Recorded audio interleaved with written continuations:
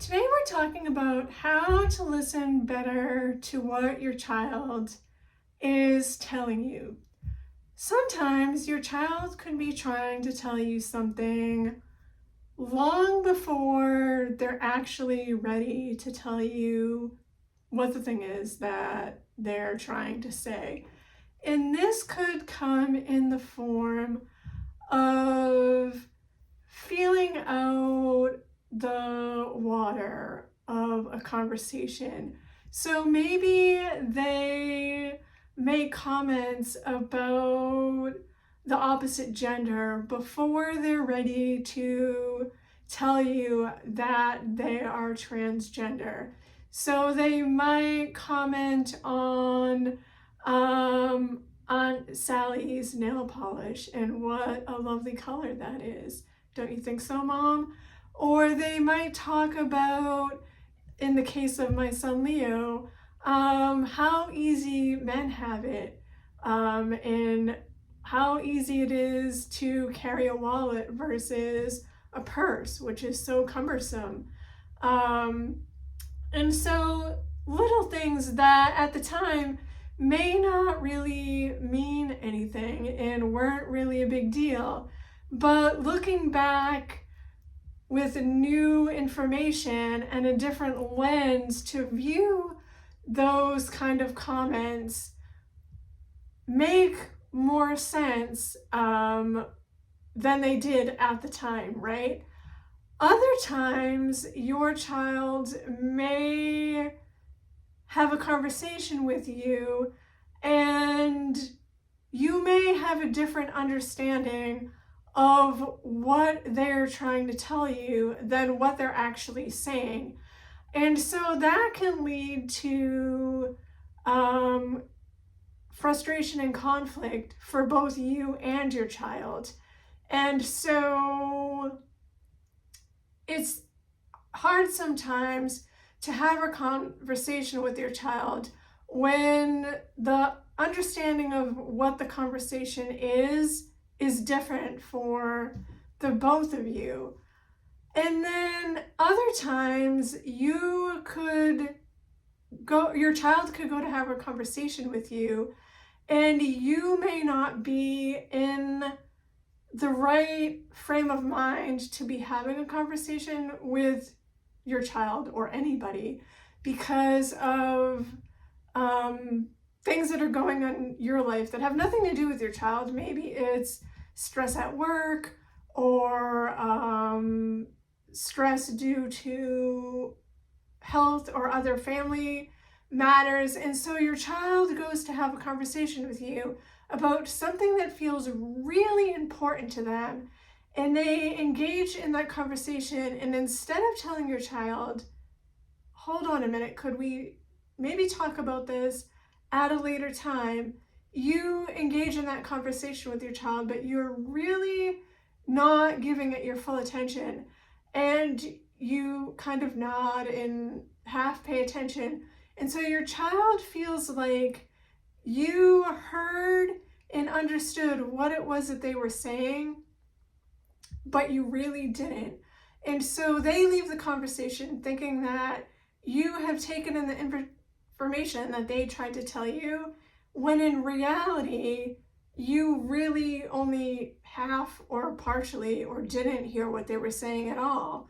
And so at a later time, when it comes up again, because inevitably it always comes up again, you're hearing that information for the first time, which can cause a lot of pain and heartache for your child who's like, what do you mean? Like, I already told you this. We already talked about this. You already knew this, when you really didn't, because you really weren't engaging in that conversation with your child.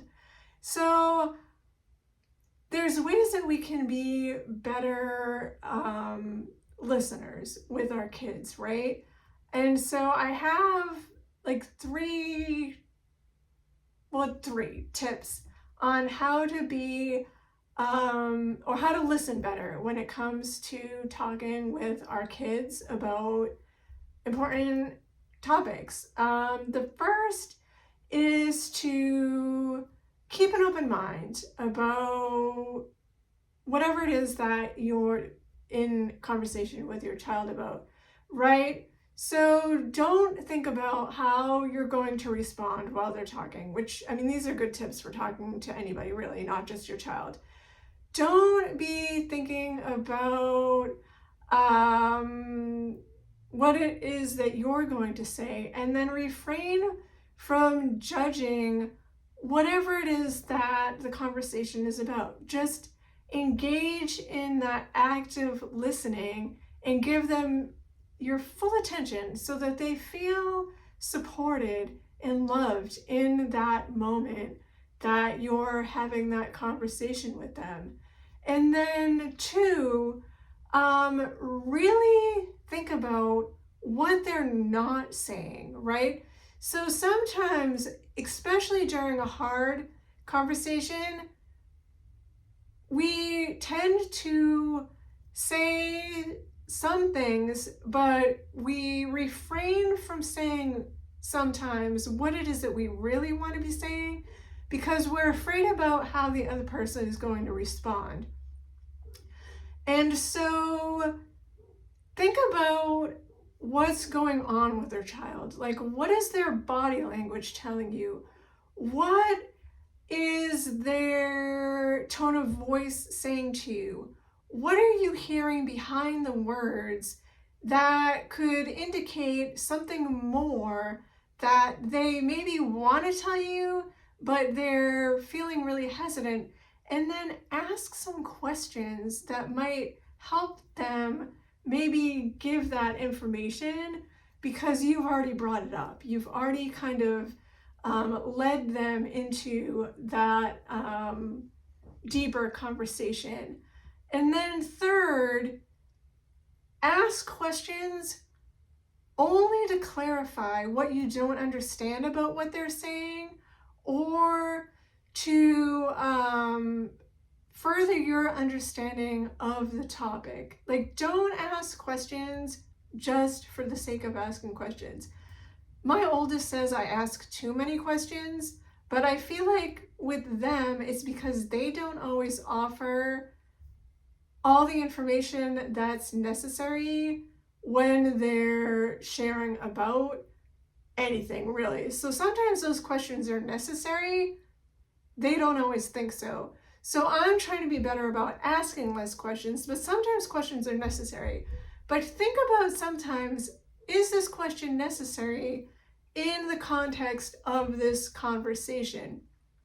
And if it's not, maybe don't ask it. Save it for later. Sometimes it's okay in the context of a discussion to sit with the information that you've learned and then come back to it later. Maybe what you're learning feels so overwhelming that you need some time to think about it and to process it and to be able to talk about it, not at that moment. And it could be because your child came to you during a time that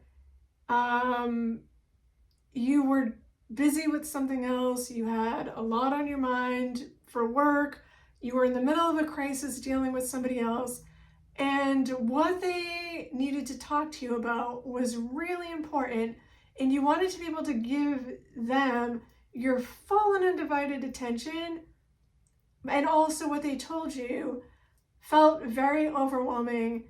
And in that moment, you were like, in order for me to be the best supportive self that I can be for my child, it can't be right now.